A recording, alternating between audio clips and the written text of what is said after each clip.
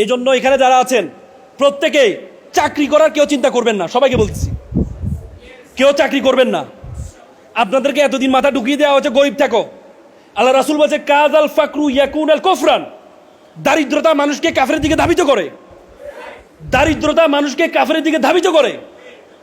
আপনি যখন আলী রাদিয়াল্লাহু তাআলা আনহু বলেছে দারিদ্রতা, এটা যদি কোনো মানুষের নাম হইতো তাহলে আমি তারা হত্যা করতাম, কারণ দারিদ্রতায় মানুষ কষ্ট পায়। আর আপনারা বলেন দুনিয়া দুনিয়া দুনিয়া দুনিয়া করো না, আখরাত আখরাত করো। আখরাত করবেন, আখরাত করবেন, কিন্তু আপনাকে দুনিয়া। আল্লাহ রাসূলের কাছে একজন সাহাবা আসেন, ইয়া রাসূলুল্লাহ আমি চিকনা হয়ে যাচ্ছি, আমার একটা দোয়া পড়ে দেন। আল্লাহ রাসূল তারা দোয়া পড়ে দিল। এরপর সাথে ইয়া রাসূলুল্লাহ আমি তো আরো চিকন হয়ে যাচ্ছি। বলছে তুমি কি দোয়া পড়ো? আমি বলি রাব্বানা আতিনা ফিল আখিরাতি হাসানাতা ওয়া কিনা আযাবান নার। এই তো তুমি আখিরাতে হাসানাত, দুনিয়া হাসানাত আগে চাইতে হবে। আগে তো দুনিয়ার হাসানাত চাইতে হবে, তারপরে না আখিরাতের। আগে তো তোমার দুনিয়াতে পাঠানো হয়েছে রে ভাই, তারপরে তোমাকে আখিরাত। পৃথিবীর যত আমাদের ইসলাম ধর্মের যত বড় ইবাদতগুলো আছে, বেশিরভাগ ইবাদত কার জন্য? টাকাওয়ালাদের জন্য। হজ কার জন্য? গরিবের জন্য। যাকাত কার জন্য? কার জন্য? কুরবানি কার জন্য? সাদকা কার জন্য? তাহলে গরিব গরিব থাকো, টাকা কাকে দিবেন? পৃথিবীতে আমি অনেক দেশে গিয়ে খ্রিস্টান দেশে, খ্রিস্টান কোনো বড় ধরনের যে তাদের প্যাগোডাগুলো আছে, কোনো প্যাগোডা টাকা দিয়ে পরিচালনা করা হয় না, রাষ্ট্র দেশে অর্থায়ন করে। আমাদের দেশে কেন প্রতিদিন শুক্রবারের টাকা উঠাইয়ে করতে হবে? রাষ্ট্র পরিচালনা করতে হবে, রাষ্ট্র প্রত্যেকটা মসজিদ পরিচালনা করতে হবে, রাষ্ট্র মুয়াজ্জিনের বেতন দিতে হবে। 5,000 টাকা একটা রিক্সা চালক মাসে 50,000 টাকা ইনকাম করে, তার একজন মুয়াজ্জিন সারাদিন 24 ঘন্টা সে ডিউটিতে মুসলমানে এই মসজিদে, তাকে কেন মাত্র 5,000 থেকে 7,000 টাকা বেতন দেওয়া হবে? এটা আমাদের ধর্মকে অপমান করা হয়, এটা আমাদের ধর্মকে অপমান করা হয়। আজকে এই আলেমদেরকে যারা মসজিদের ইমাম, তাদেরকে একটা প্রাইমারি স্কুলের টিচারের যেমন বেতন হবে, তার চেয়ে ডাবল বেতন কাকে দিতে হবে? মসজিদের ইমাম এবং মাদ্রাসা শিক্ষকদেরকে দিতে হবে, কারণ তারাই আমাদের দেশকে তৈরি করার জন্য। আপনি দেখেন বাংলাদেশে 5 বার দুর্নীতি চ্যাম্পিয়ন হয়েছে। কয়বার? 5 বার। যতজন দুর্নীতি করেছে তার মধ্যে কয়জন দেখবেন আপনার মাদ্রাসা ছাত্র? কয়জন পাবেন?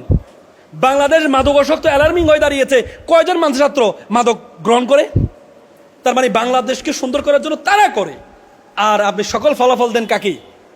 যাদের কোনো নৈতিকতা নাই, যাদেরকে টাকা দিবেন 100 টাকা, 99 টাকা খাই ফেলে, তাদেরকে আপনি দেশ তৈরি করার জন্য দেন। এই জন্য আপনাদেরকে প্রত্যেকে এক একজন, আপনি দেখেন আশারে মুবাশশারা যে 10 জন যারা জান্নাতের সুসংবাদ পেয়েছে, তাদের 8 জনই ব্যবসায়ী ছিলেন। কয়জন?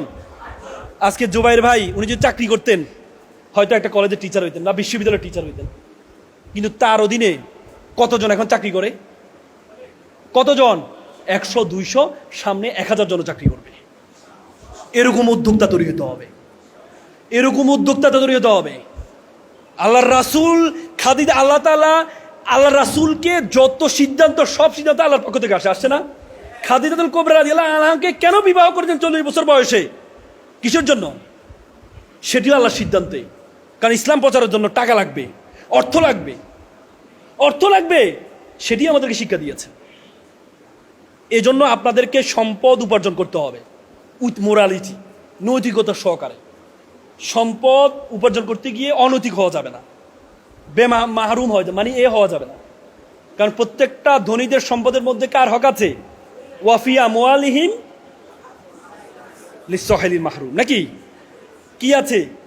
যারা ধনীদের সম্পদের মধ্যে কার আছে? হক আছে, গরিবের হক আছে। তো সুতরাং আমি আর কথা বলবো না, আমি আপনাদেরকে এইটি বলবো, আপনারা সবাই এক একজন বড় বড় উদ্যোক্তা হবেন, এক একজন এক একটা আহম্মদ এডুকেশনের মধ্যে একটা শিক্ষা প্রতিষ্ঠান দিতে পারবেন তো? পারবেন তো ইনশাআল্লাহ।